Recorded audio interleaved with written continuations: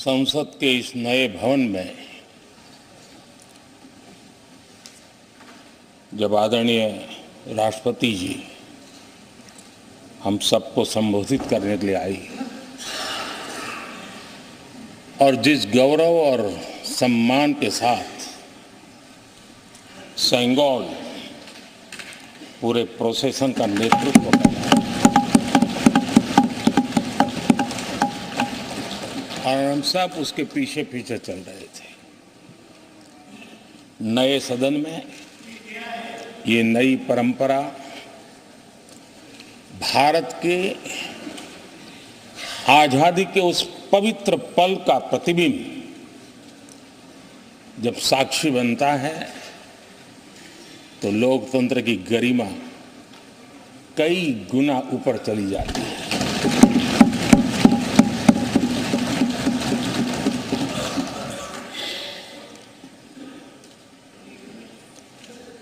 ये 75वां गणतंत्र दिवस, इसके बाद संसद का नया भवन, सेंगोल की अगुवाई, ये सारा दृश्य अपने आप में बहुत ही प्रभावी था। मैं जब वहां से पूरे कार्यक्रम को मैं भागीदारी कर रहा था, यहाँ से तो उतना हमें भव्यता नजर नहीं आती है, लेकिन वहाँ से मैंने देखा कि वाकई नए सदन में इस गरिमावान उपस्थिति में राष्ट्रपति, उपराष्ट्रपति जी और आप, हम सब के मन को प्रभावित करने वाला वो दृश्य हमेशा हमेशा याद है।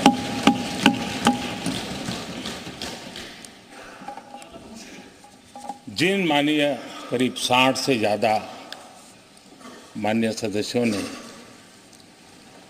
राष्ट्रपति जी के आभार प्रस्ताव पर अपने अपने विचार रखे हैं, मैं विनम्रता के साथ अपने अपने विचार व्यक्त करने वाले सभी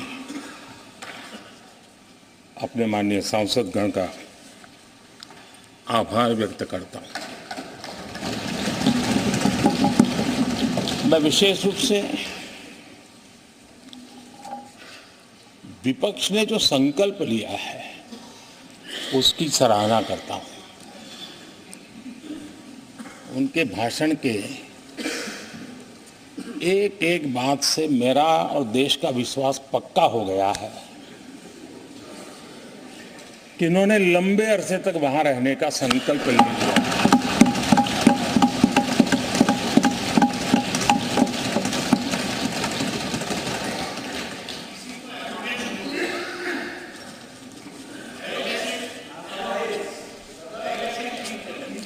आप कई दशक तक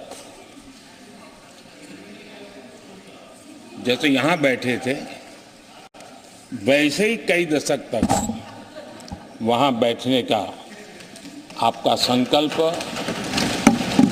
और जनता जनार्दन तो ईश्वर का रूप होती है,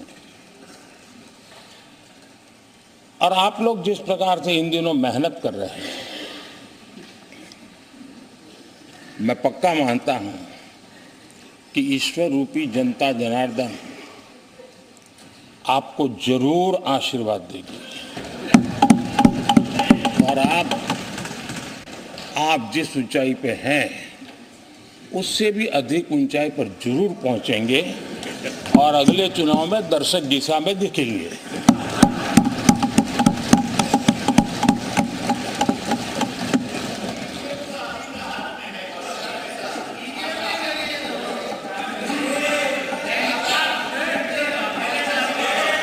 अभिनंदन जी, इस बार आपने आपका कॉन्ट्रैक्ट उनको दे दिया है क्या?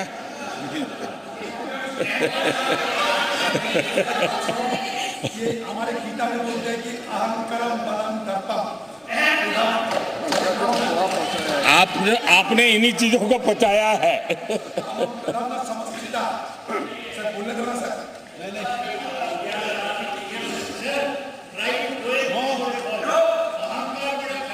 आदरणीय अध्यक्ष महोदय,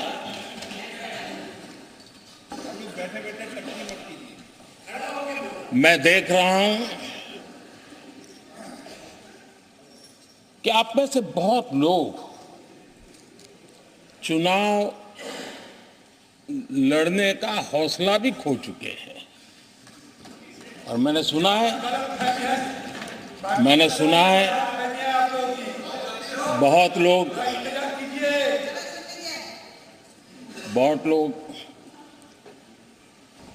पिछली बार भी सीट बदली, इस बार भी कुछ सीट बदलने की फिराक में हैं। और मैंने सुना है बहुत लोग अब लोकसभा के बजाय राज्यसभा में जाना चाहते हैं। तो स्थितियों का आकलन करके वो अपना अपना रास्ता ढूंढ रहे हैं। आदरणीय अध्यक्ष जी, राष्ट्रपति जी का भाषण एक प्रकार से तथ्यों के आधार पर, हकीकतों के आधार पर एक बहुत बड़ा दस्तावेज है जो देश के सामने राष्ट्रपति जी ने प्रस्तुत किया। और इस पूरे दस्तावेज को आप देखेंगे तो उन हकीकतों को समेटने का प्रयास किया है जिससे देश किस स्पीड से प्रगति कर रहा है, किस स्केल के साथ गतिविधियों का विस्तार हो रहा है, उसका लेखा जोखा आदरणीय राष्ट्रपति जी ने प्रस्तुत किया है। आदरणीय राष्ट्रपति जी ने भारत के उज्जवल भविष्य को ध्यान में रखते हुए 4 मजबूत स्तंभों पर हम सबका ध्यान केंद्रित किया है। और उनका सही आकलन है कि देश के 4 स्तंभ जितने ज्यादा मजबूत होंगे, जितने ज्यादा विकसित होंगे, जितने ज्यादा समृद्ध होंगे, हमारा देश उतना ही समृद्ध होगा, उतना ही तेजी से समृद्ध होगा। और उन्होंने इन 4 स्तंभों का उल्लेख करते हुए देश की नारी शक्ति, देश की युवा शक्ति, देश के हमारे गरीब भाई बहन और देश के हमारे किसान, हमारे मछुआरे, हमारे पशुपालक, उनकी चर्चा की है। इनके सशक्तिकरण के माध्यम से राष्ट्र के विकसित भारत के लक्ष्य को प्राप्त करने की जो राह है, उसका स्पष्ट दिशा निर्देश आदरणीय राष्ट्रपति जी ने कहा है। अच्छा हो सकता है आपके यहाँ फिशरमैन माइनॉरिटी के ना हो सकता है आपके यहाँ पशुपालक माइनॉरिटी के ना हो सकता है किसान आपके यहाँ माइनॉरिटी के ना हो सकता है महिलाएं आपके यहाँ माइनॉरिटी में ना हो सकता है कि आपके यहाँ युवा में माइनॉरिटी। क्या हो गया है दादा? क्या देश के युवा जी की बात होती है? समाज के सब वर्ग नहीं होते हैं क्या? देश की नारी की बात होती है? देश की सभी नारी नहीं होती है? कब तक टुकड़ों में सोचते रहोगे? कब तक समाज को बांटते रहोगे? सब सीमा करो, बहुत तोड़ा देश को।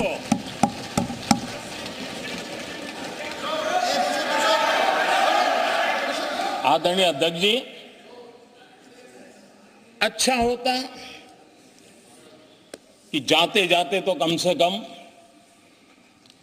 इस चर्चा के दरमियान कुछ सकारात्मक बातें होती, कुछ सकारात्मक सुझाव आते। लेकिन हर बार की तरह आप सब साथियों ने देश को बहुत निराश किया, क्योंकि आपकी सोच की मर्यादा देश समझ पा रहा है। और उसको बार बार दर्द होता है कि ये दशा है इनकी सोचने की मर्यादा इतनी है। आदरणीय अध्यक्ष जी, नेता तो बदल गए लेकिन टेप रिकॉर्डर वही बज रही है, वही बातें, कोई नई बात आती नहीं, और पुरानी ढपली और पुराना राग वही चलता रहता है आपका।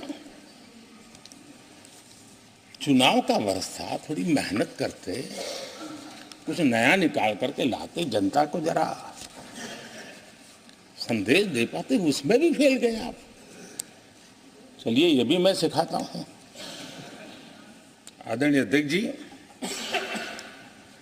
आज विपक्ष की जो हालत होगी ना, इसकी सबसे दोषी कांग्रेस पार्टी है।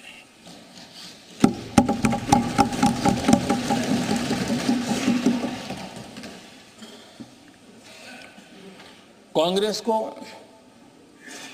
एक अच्छा विपक्ष बनने का बहुत बड़ा अवसर मिला, और 10 साल कम नहीं होते, लेकिन 10 साल में उस दायित्व को निभाने में भी वे पूरी तरह विफल गए। और जब खुद विफल हो गए तो विपक्ष में और भी होनहार लोग हैं, उनको भी उभरने नहीं दिया, क्योंकि फिर मामला और गड़बड़ हो जाए। इसलिए हर बार यही करते रहे कि और भी विपक्षी जो तेजस्वी लोग हैं उनको दबा दिया जाए। हाउस में कई यंग हमारे माननीय सांसदगण हैं, उत्साह भी उमंग भी है, लेकिन अगर वो बोलें, उनकी छवि उभर जाए तो शायद किसी की छवि बहुत दब जाए। उस चिंता में इस यंग जनरेशन को मौका न मिले, हाउस को ही चलने नहीं दिए गए। यानी एक प्रकार से इतना बड़ा नुकसान कर दिया है, खुद का भी, विपक्ष का भी, संसद का भी और देश का भी। और इसलिए, और मैं हमेशा चाहता हूं कि देश को एक स्वस्थ अच्छे विपक्ष की बहुत जरूरत है। प्रधानमंत्री जी बात करिए ना, वहाँ प्रेसिडेंशियल आते तो बात कीजिए ना। देश ने जितना परिवारवाद का खामियाजा उठाया है, और उसका खामियाजा खुद कांग्रेस ने भी उठाया है। अब अधीर बाबू की हालत हम देख रहे हैं, वरना ये समय था संसद में रहने का, लेकिन परिवारवाद की सेवा तो करनी पड़ती है।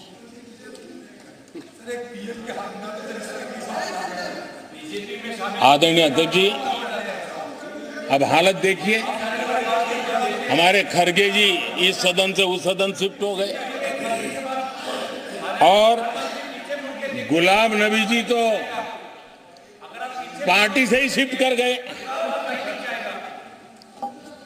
ये सब परिवारवाद के भेंट चढ़ गए। एक ही प्रोडक्ट बार बार लॉन्च करने के चक्कर में कांग्रेस की दुकान ताला लगने की नौबत आ गई है।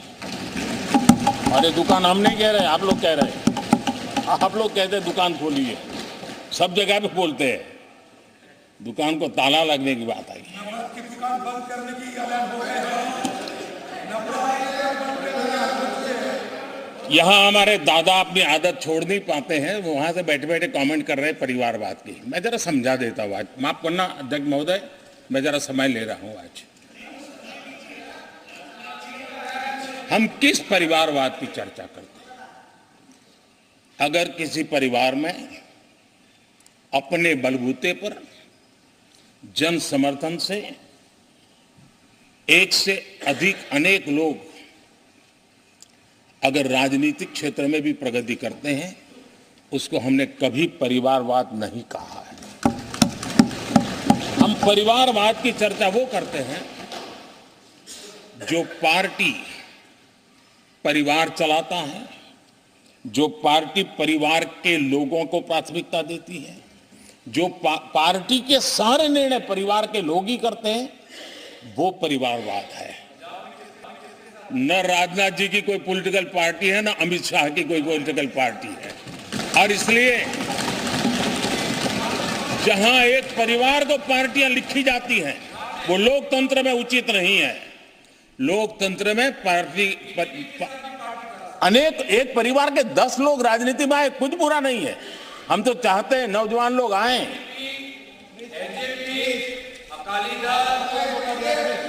हम भी चाहते हैं ये इसकी चर्चा करिए। हमारे साथ, आपके साथ मेरा विषय नहीं है। देश के लोकतंत्र के लिए परिवारवादी राजनीति, पारिवारिक पार्टियों की राजनीति, ये हम सबकी चिंता का विषय होना चाहिए। और इसलिए मैं किसी परिवार के 2 लोग अगर प्रगति करते हैं, उसको तो मैं स्वागत करूंगा। 10 लोग प्रगति करें, मैं स्वागत करूंगा। देश में जितनी नई पीढ़ी अच्छे लोग आए, स्वागत योग्य है। सवाल यह है कि परिवार ही पार्टियां चलाती है। पक्का है कि ये अध्यक्ष नहीं होगा तो उसका बेटा होगा, ये नहीं होगा तो उसका बेटा होगा। ये लोकतंत्र का खतरा है। और इसलिए अच्छा हुआ दादा, थैंक यू। ये विषय कभी बोलता नहीं था, आज बोल दिया मैंने।